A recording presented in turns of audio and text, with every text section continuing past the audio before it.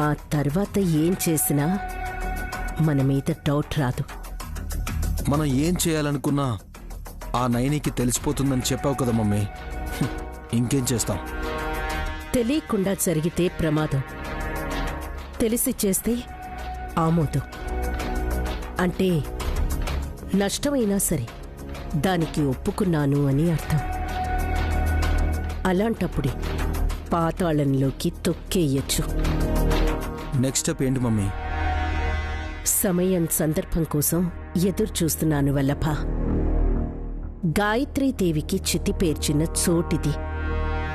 దహన సంస్కారాలు జరిగిన స్థలంలో ఇల్లు కట్టుకుని అమ్మ ఒడిలో ఉన్నట్టు ఫీల్ అవుతున్న విశాల్కి ఇక్కడ ఎందుకు ఉన్నామా అని విరక్తి రావాలి. అది అనుకున్నంత ఈజీ కాదు మమ్మీ. జన్మనిచ్చిన అమ్మ మీద ఎంత ప్రేముందో పెళ్ళాం మీద కూడా అంతే గౌరవం ఉంది. నైని మాటను కాదండు. దాని నోటికే మూత పడేలా చేస్తే ఇట్స్ ఇంపాసిబుల్. గానవి నిలయంలో ఒక ప్రాణం పోతే అప్పుడు మనం చెప్పిన మాటే వింటారు. ముఖ్యంగా చచ్చిపోయిన వాళ్ళనే మళ్ళీ చంపితే అంటే గాయత్రీదేవిని.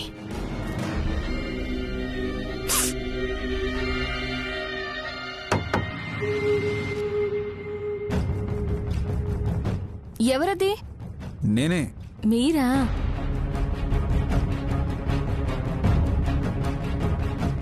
నేను అని నా గొంతు విన్నప్పుడే నన్ను గుర్తుపట్టిన నువ్వు ఎలాంటి ఇండికేషన్, అంటే ముందస్తు సూచనలు లేకుండా గుడి దగ్గర అగ్ని ప్రమాదం జరగబోతుంది అని ఎలా చెప్పగలిగావు నైని?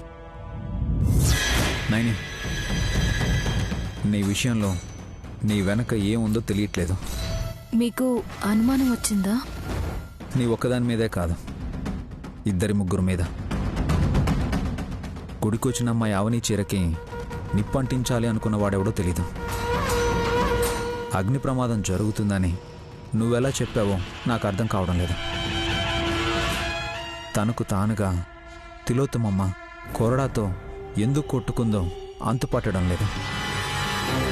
చెప్పకూడని రహస్యాలేవో నీ చుట్టే తిరుగుతున్నాయి అనిపిస్తోంది నాయని.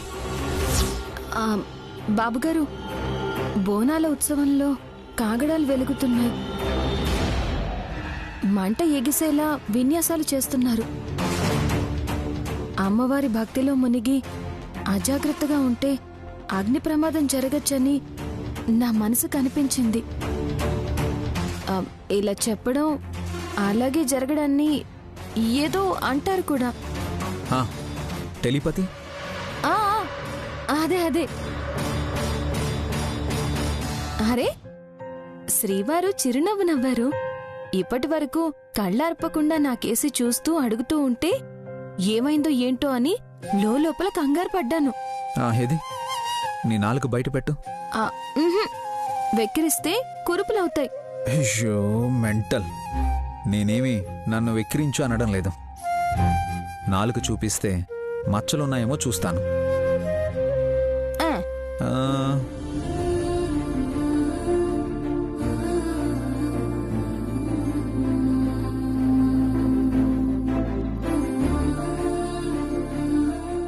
ఉండనే ఉంది మచ్చ. అచ్చా, ఇప్పుడేం చేద్దాం? ఏం చేస్తారు? కత్తిరించేస్తా. ఏంటి? నాలుకని కాదులే. నువ్వు టెలిపతి ఎఫెక్ట్లో ఏదైనా నోరు జారి లేనిపోని ఇబ్బందులు తెచ్చుకుంటావేమో. అందుకే నువ్వు చెప్పాలనుకున్న మాటలన్నీ జాగ్రత్తగా కత్తిరించి చూచాయిగా చెప్తే సరిపోతుంది అనుకుంటున్నాను. లేదనుకో, నైని నాలుక మీద మచ్చుంది కాబట్టి తను చెప్పినట్టే జరిగింది అని నిన్ను ఆడిపోసుకుంటారు.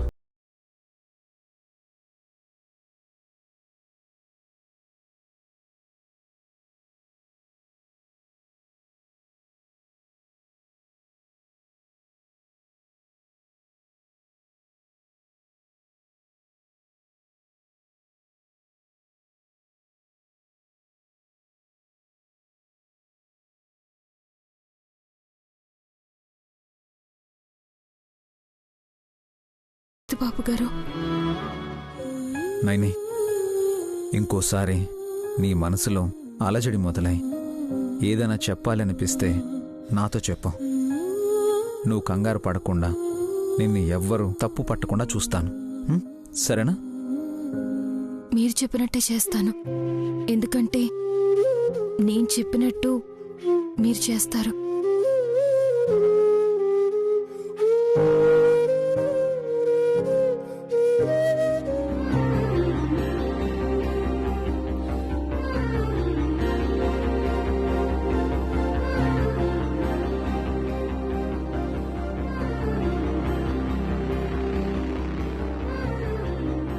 అదేమైనా బంతనుకున్నారటే అలా నొక్కేసుకుంటున్నారు? ఏమో, చిట్టి చెల్లి చెప్పింది పిన్ని. లైట్గా ఇలా ప్రెస్ చేసుకుంటూ మసాజ్ చేసుకుంటే మంచిదట. దీని మాటలు నమ్మితే ఏడుపే మిగులుతుందో దినా. హాసినక్క మీద నాకేం కుళ్ళు లేదు. కుండలు మోసి ఒళ్ళు హూణమైపోయింది.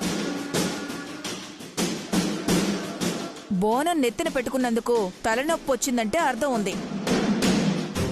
గుడిదాకా నడిచినందుకు కాళ్ళు పీకుతున్నాయంటే అవునులే అనుకోవచ్చు. కడుపు ఎందుకు పట్టుకున్నారంట? పైన బరువు కిందకి దిగి బిడ్డకి అడ్డంగా మారొచ్చేమోనని. ఇది చెప్పడం నువ్వు చేయడం. నైని బాగున్నప్పుడు మీకు ఏమీ అయ్యుండదని ప్రశాంతంగా ఉండొచ్చు కదా. అలా ఉండరు అత్తయ్య, ఏదో ఒక సమస్యని క్రియేట్ చేసుకుంటూ ఉంటారు. అక్కడ జరిగిన చిత్ర విచిత్రాలు మీకేం తెలుసు? ఆకాశంలోకి మంట ఎగిసింది. మా మీద పడుంటే కాస్ట్లీ చీరలు కాలిపోయేవి. చీర పోతే పోయింది చిట్టి, ప్రాణం పోలేదని సంతోషించాలి. ఏది ఏమైనా చెల్లి సాహసాన్ని మెచ్చుకోవచ్చు. బోనం కుండని పగలగొట్టుకుని ఇంటికొచ్చిన నైనిని నువ్వు గ్రేట్ అంటావేంటి? ఒకరికి ప్రమాదం కలగకుండా కాపాడ్డం అంటే మాటలా? మనుషులు దేవుళ్ళైపోయే అవకాశాలు చాలా తక్కువ వస్తాయి. వచ్చిన ప్రతిసారి నా చెల్లి నైని వినియోగించుకుంటుంది.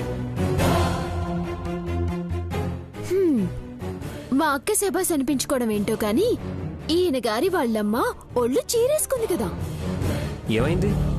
నువ్వు హైలైట్స్ తెలుసుకోకుండా ఎలా ఉంటావు అల్లుడు? వదిన కొరడాతో కొట్టుకుందిగా. ఏ తన పాపాలు తప్పులు తెలుసుకుందా? పూర్తి బయోడేటా తెలీదు గాని బోనం ఎత్తిన ఆవిడికే దెబ్బలు అన్నారు. పడేసుకున్న నైనికి శిక్ష